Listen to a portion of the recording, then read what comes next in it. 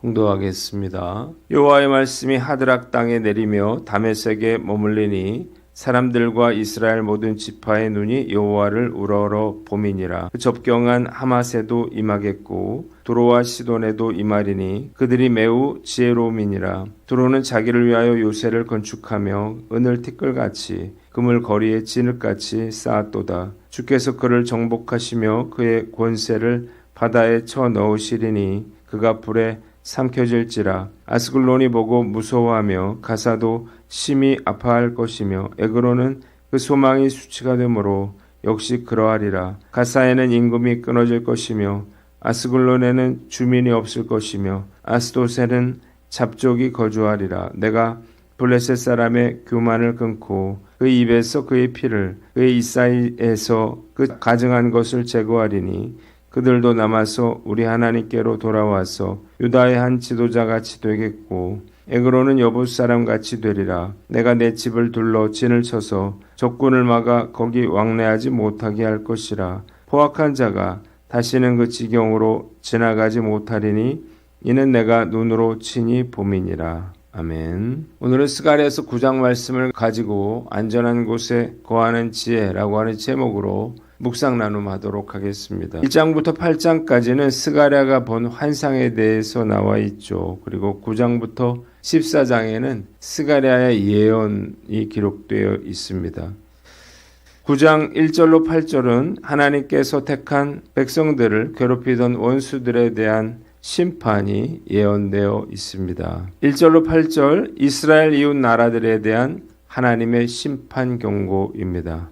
이스라엘 징계의 도구였던 주변 나라들에게 하나님의 심판이 예고되고 있습니다. 첫째로 1절로 2절에는 아수르가 나오죠. 하나님의 경고의 말씀이 하드락 땅과 다메섹에 머물고 하맛과 지혜롭다고 하는 두로와 시돈에 임할 것이니 이스라엘 모든 지파 사람들이 여호와를 우러러 볼 것이다고 했습니다. 여호와의 말씀의 경고가 다메섹에 머문다라고 하는 말은요. 하나님의 심판이 그곳에서 시행될 거라고 하는 것을 의미하는 것입니다. 두 번째 3절로 4절은 베니게입니다. 두로는 자기를 위해서 요새를 짓고 은을 티끌처럼 금을 길거리의 진흙처럼 쌓아놓았지만 주께서 그들을 정복하시고 바다에서 떨치던 그들의 권세를 깨트리시고 성읍을 불에 태워서 멸하시겠다고 했습니다. 세 번째 5절로 8절은 블레셋인데요. 아스글론이 이를 보고 두려워할 것이며 가사도 아파할 것이고 에그론도 희망을 잃고 떨 것이다. 가사에서는 왕의 대가 끊어질 것이며 아스글론에는 주민이 사라지고 아스돗에는 잡족이 거주할 것이다. 내가 블레셋 사람의 교만을 끊고 그 입에서 그의 피를 그의 이사이에서 가증한 재물을 제거할 것이니 그들 가운데 남은 자들은 내 백성이 되며 유다와 한 가족처럼 되고 에그로는 여붓 사람처럼 될 것이다. 내가 내 집을 둘러 진을 쳐서 적군이 오가지 못하게 하고 내가 지켜보고 있으니 포악한 자가 다시는 그 지경을 침범하지 못하게 할 것이다 라고 했습니다.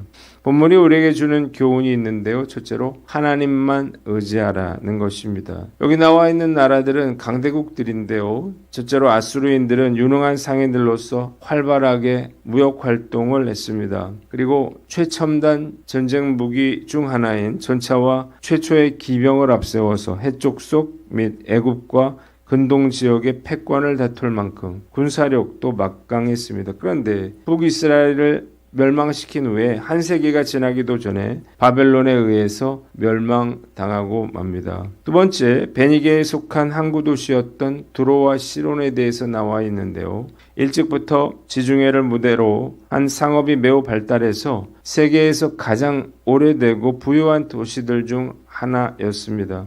그러나 베니게는 바알 숭배의 근원지가 되어 하나님의 심판을 받게 됩니다. 이 예언은 BC 333년에 알렉산더 대왕의 두로 함락으로 성취됩니다.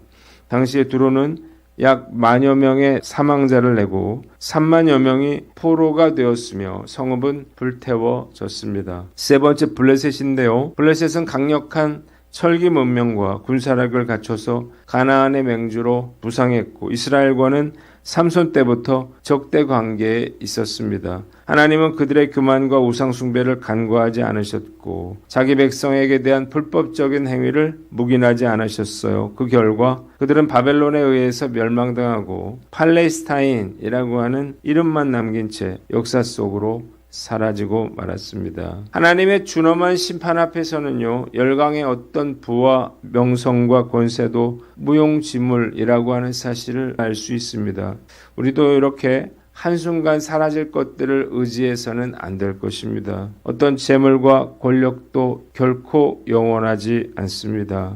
하나님을 인정하지 않는 자의 지혜와 능력은 도리어 자신의 멸망을 재촉하는 수단이 될 뿐인 것입니다. 말씀 묵상하면서 제 삶을 돌아봅니다. 하나님만 의지할 수밖에 없었기에 오히려 지금까지 무너지지 않고 살아올 수 있었다는 생각이 듭니다. 하나님은 저의 반석이 되어 주셨고 또 피할 요새가 되고 피할 바위가 되어 주셨습니다. 저는 눈에 보이는 재물이나 사람은 믿을 만한 것이 아니라는 사실을 잘 알고 있습니다.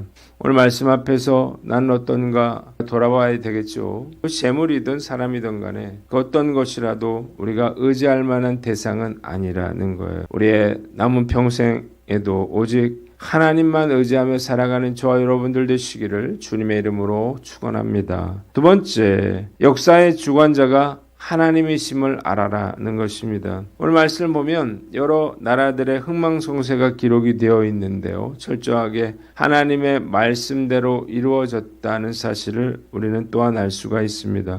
하나님은 제국의 흥망성쇠를 주관하고 계십니다. 세계 역사를 섭리하시고 전적으로 하나님의 뜻을 이루어 나가시는 분이라는 사실을 알아야 하는 거예요. 세계 역사는 우연히 일어나지 않죠. 하나님의 섭리 가운데 또 주권과 계획하신 가운데 한치의 오차 없이 진행되고 있는 것입니다. 물론 때로는 왜 이런 일들이 일어나는가 도저히 이해할 수 없을 때가 있습니다. 그러나 우리가 알아야 할 것은요, 이해하기 어렵다 하더라도 하나님이 정하신 뜻대로 이루어지고 있다는 거예요. 우리가 해야 할 일은요, 어떤 일이 벌어지든 간에 그 안에 뜻하신 하나님의 계획과 섭리가 있음을 믿고 주의 긍휼하심과 은혜를 구하며 사는 것입니다. 대한민국은 세계 유일의 분단 국가입니다. 그런데요, 하나님께서 이 나라를 축복해 주셔서 정말 전 세계에 영향력을 미치는 나라가 되었습니다. 나라가 작으냐 크냐, 전쟁 중이냐 아니냐는 그렇게 중요하지 않은 것 같아요. 이 모든 것도 하나님의 주권 아래 있음을 깨닫게 됩니다. 역사의 주권자이신 하나님께서 이 민족을 불쌍히 여겨주셔서 이 땅에 다시는 전쟁이 일어나지 않게 하여 주시고 또 평화적으로 통일되게 하여 주시고 주님께서 맡겨주신 제사장으로서의 사명을 감당하는 나라가 되기를 간절히 기도합니다. 마지막으로 남은 자를 구원하라는 거예요. 7절에 보면 하나님은 그들도 남아서 우리 하나님께로 돌아와서 유다의 한 지도자같이 되겠고 여부스 사람같이 되리라 말씀하셨습니다.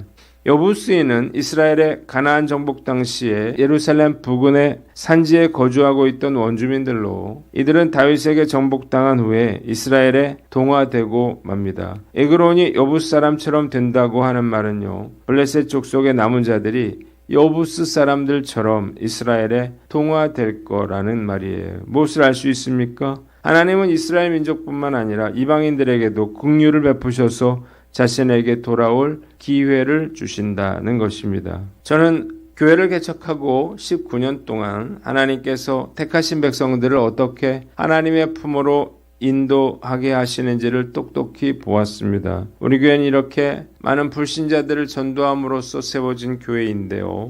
불신자들이 말씀으로 변화받고 구원의 은혜를 고백하고 예배 가운데 하나님을 찬양하며 경배하는 모습을 보는 건요, 정말로 아름답고 황홀한 장면이 아닐 수 없습니다. 하나님께서 저를 불러주신 것은 이런 일을 하라고 저를 불러주셨겠죠. 11월 새생명 전도 집회 때에도 하나님께서 또 어떤 분들을 우리 교회로 보내주실지 정말 기대가 됩니다.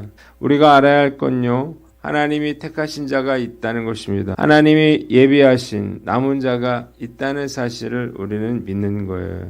그래서 과연 누가 교회를 오겠나, 누가 예수를 믿겠나 이런 생각이 들지만요. 하나님이 택한 분들이 있기 때문에 우리는 믿음으로 이를 위해서 기도하면서 집회를 준비하면요. 하나님은 또 택한 자들을 보내주시고 그들에게 복음을 듣게 하여 주시고 그리고 한 영혼을 구원하시는 놀라운 일들을 허락해 주실 것입니다. 우리가 이 확신을 가지고 최선을 다해서 때를 얻든 못 얻든 전도하는 거예요. 오늘 말씀 앞에서 나는 어떤가 스스로를 돌아보고 남은 자를 구원하는 일에 귀하게 쓰임받는 저와 여러분들 되시기를 주님의 이름으로 축원합니다. 기도하겠습니다. 하나님 아버지, 우리가 하나님만 의지하고 역사의 주권자가 하나님의심을 믿고 남은 자를 구원하는 귀한 사명을 감당케 하여 주시옵소서.